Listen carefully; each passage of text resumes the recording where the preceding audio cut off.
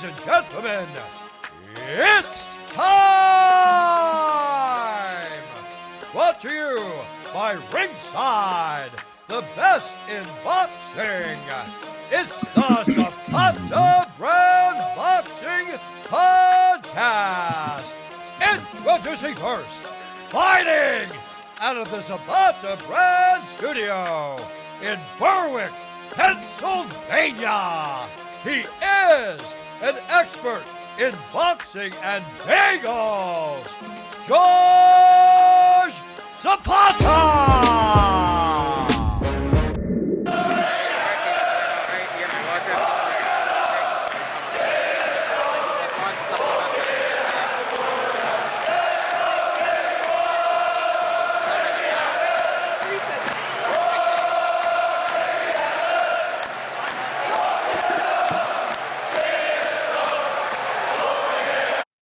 Well, if you know the chant, then you know my next guest, the newest inductee to the 2024 International Boxing Hall of Fame and probably the premier inductee this year, Ricky the Hitman Hatton. Ricky, how are you? Forward to the rest of the week.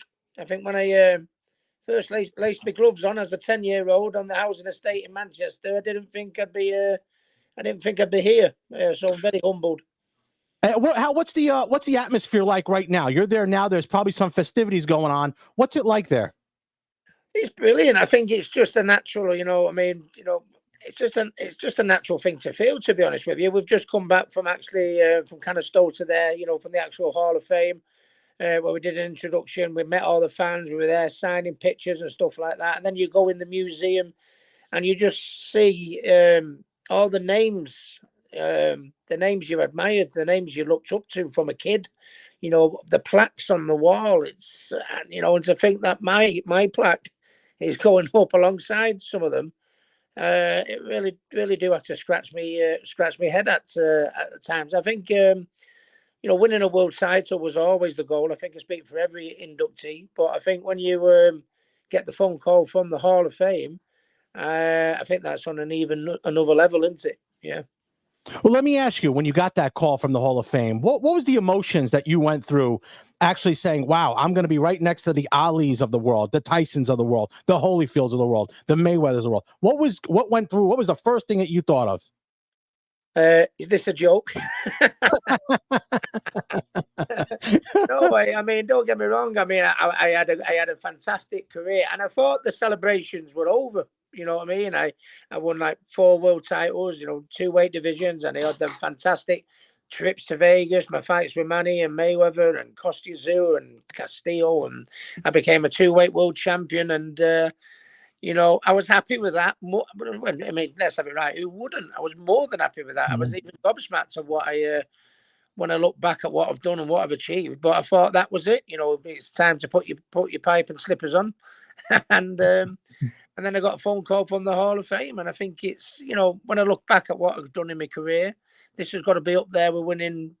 It's like winning a world title all over again, to go alongside the greats. It's a scratch your head one for me. I mean, I think fans always liked me because I was always very humble and kept my feet on the ground. You know what I mean? I was always thankful to my fans for everything for the support they give me and everything like that. But yeah, I still can't believe it's actually I've come a long way. Well, it's coming here up on Sunday. Now, when you go after your career, I want to go back a little bit. Even as a youth with your brother and your dad fighting and boxing, did you ever think at all this would ever be a possible way of your career and then end up in the Hall of Fame to boot? Or was it something that was so far-fetched that you didn't think it was possible? No, when I first started boxing, because I was getting beat up at school, and the person my mum and dad were always, tell the teacher if he's beating you up, tell the teacher. And I said, well, it's all right for you, mum and dad, but I'm getting battered every day. So, but then I found out that the kid went to the boxing gym, the kid that was beating me up. So I thought, oh, that's how I'll get to him. I'll go to the boxing gym, start, and I'll be able to spar with him. Mm-hmm. And I went to the boxing gym, started learning my trade. And at first he got the better of me, but in the end, they ended up knocking 10 lumps out of him. So that's how I got my bats. But that's how the boxing started. You know what I mean? And then as I got more and more into it, I used to watch Sugar Ray Leonard's and Roberto Duran's and Sugar Ray Robinson's, Muhammad Ali's and stuff like that. And I couldn't believe it when I won a British title. You know what I mean? I couldn't, and then when I won I won a WBU title, which was like a lightly recognised world title, you know what I mean? And I thought, well, that'll do, you know what I mean? But then, my career kept going and going and going to where it was. To, present day, being in the Hall of Fame, I still can't believe it. And, just to be there with the inductee champions today, Michael Moore, you know what I mean? It's just, heavyweight champion of the world. Unbelievable. But, when you sat at kind of Stones there, the history that surrounded that museum and everything like that, to think that my plaques were in Wallace, Sugar Ray Robinson and Muhammad Ali, it doesn't need me to tell you, mate, does it? How proud I am. And, it goes without saying. Well, with that being said, with all those greats that are lined up on that wall, was there one that stuck out when you were growing up, coming through the ranks, that you said, that is a guy that inspired me to really achieve the greatness that you have in your career? Yeah, Roberto Duran. Roberto Duran was my favorite of all time. When I've done more and more, as I started getting better at the sport as an amateur, and I started looking more and more into the sport, I think I was a big fan of, your Sugar Ray Robinsons, obviously, like everyone, your Muhammad Ali's, your Sugar Ray Leonard Haglers and all that. But the one person that stuck out for me was Roberto Duran. How he was, his attitude was, he was a little bit crazy. He was up and down. he was mad as a hatter, as they say. But on the other hand, he fought the best. He took on all comers.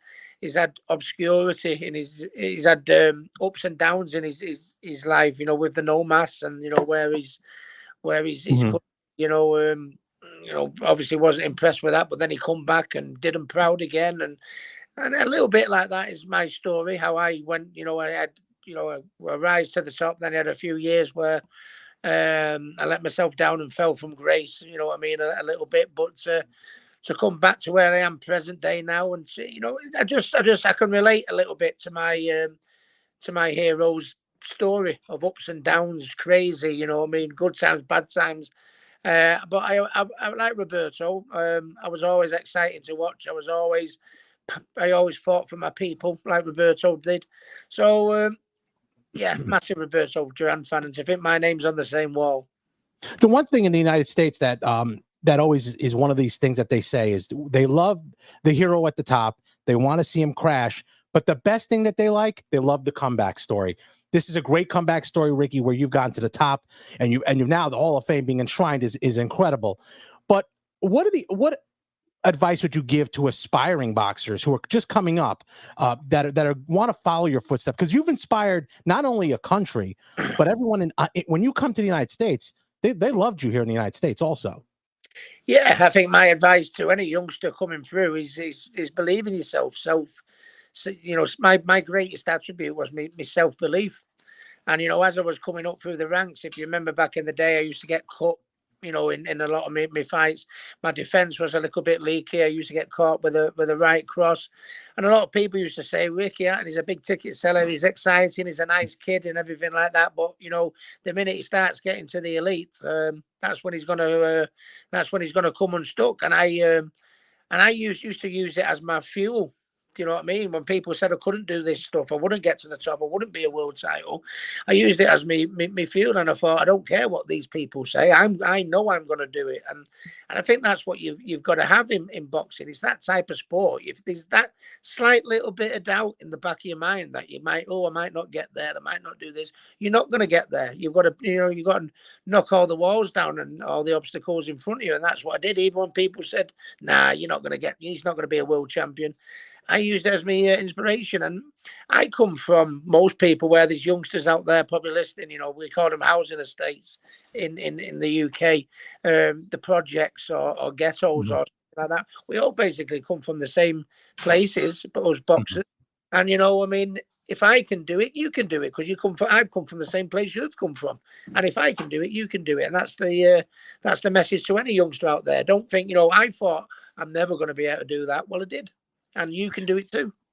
Well, what's awesome that you are going into the Hall of Fame. Now, after you get out of the Hall of Fame, now you add that to your credentials. Never mind world champion and big ticket seller, big pay-per-view seller. Now you got that HOF after your name, Hall of Famer.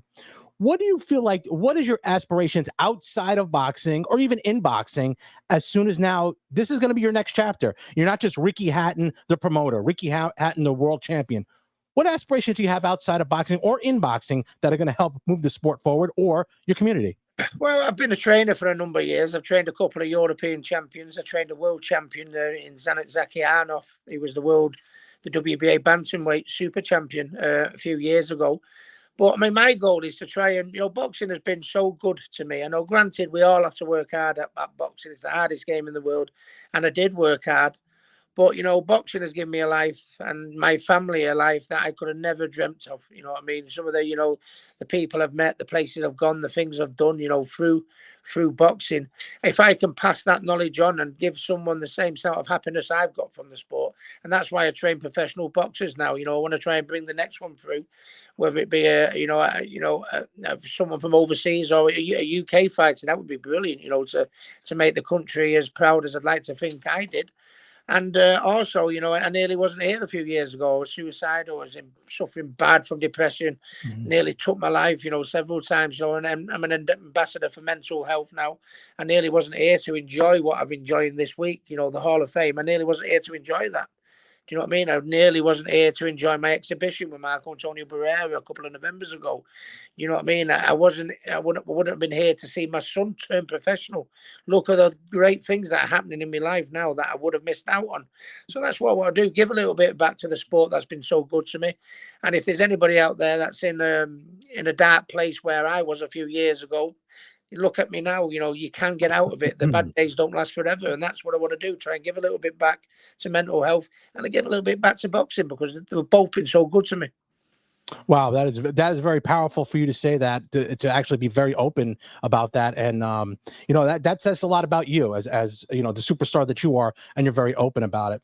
Now, lastly, two things. Number one, who would you like to thank? And now there's a lot of people that have helped you and supported you along the way. But if there's a few in particular that you'd like to say, hey, I wouldn't be here without these people. Are there anyone there that you'd like to say that to now publicly? Yeah, well, there's so many there's too many to mention, to be honest with you. Well, Billy Graham and my trainer, my lifelong friend, we had a couple of years where we fell out. We had a bit of a disagreement, but we're friends now, and everything. And my trainer Billy Graham and my team, my nutritionalist Kerry Kays. I mean, to be honest with you, if you Ricky Hatton's nutritionalist back in the day, you earned your money, didn't you? Because I was up and down in weights and everything. Paul Speak, who's handled me diary from absolute day one. And if anything, I could was in a bundle. My fans were always so important to me. When you think of when I went to Las Vegas, the fans have brought over 40,000 for Mayweather, 25,000 for Pacquiao, 15,000 for Castillo. Those numbers are incredible. And to be honest with you, the fans helped me get over the finishing line in a few fights. That Castizu fight in Manchester, he quit on his stool. I wasn't far behind him, but the fans drove me through. And that in a nutshell. The people know who they are, that helped me along the way. And there's too many of them to mention, but I've never forgot each and every one of you. And saying that about how your fan support with the fans coming over. I mean, there are people in the United States that can't draw like you drew with the Mayweather and the Pacquiaos. But how about to your fans? Is there one last thing you want to say to your fans before you wrap up? No, just thank you for the support. The fans, even to this day, the fans still support me. I still get letters, saying how I've inspired them, from being on the bottom rung of the ladder where I was a few years ago to be now in the Hall of Fame, accepting this award and doing so much positive things, trying to bring the next fighter, next champions through and stuff like that. And they've been with me all the way. They've been through my boxing career, and the fans have been through me when I was on the bottom rung of the ladder. They helped me through me. The support was always fantastic. And when people say, I had so many good things in boxing. The trips to Vegas were fantastic. I boxed at Manchester City's football ground, which was absolutely fantastic. Beating Costa-Zoo in my hometown of Manchester was fantastic. But my greatest ever achievement was my fan base, because I think that fight against Floyd Mayweather in Las Vegas, the atmosphere that weekend that we brought to it, I'm not saying I'm the greatest of all time, but I don't know anyone who had a fan base like I did. Well, you might not say you're the greatest or whatever, but remember, there's only one Ricky Hatton, and you brought that to the United States. And right now, it is an honor to actually speak with you. 2024 International Boxing Hall of Fame inductee, probably the main draw there, Ricky the Hitman Hatton. Thanks so much for coming on the show. My pleasure. Thanks, everyone. Thanks for watching the Zapata Brand podcast. Please subscribe to the podcast and listen where all podcasts are available.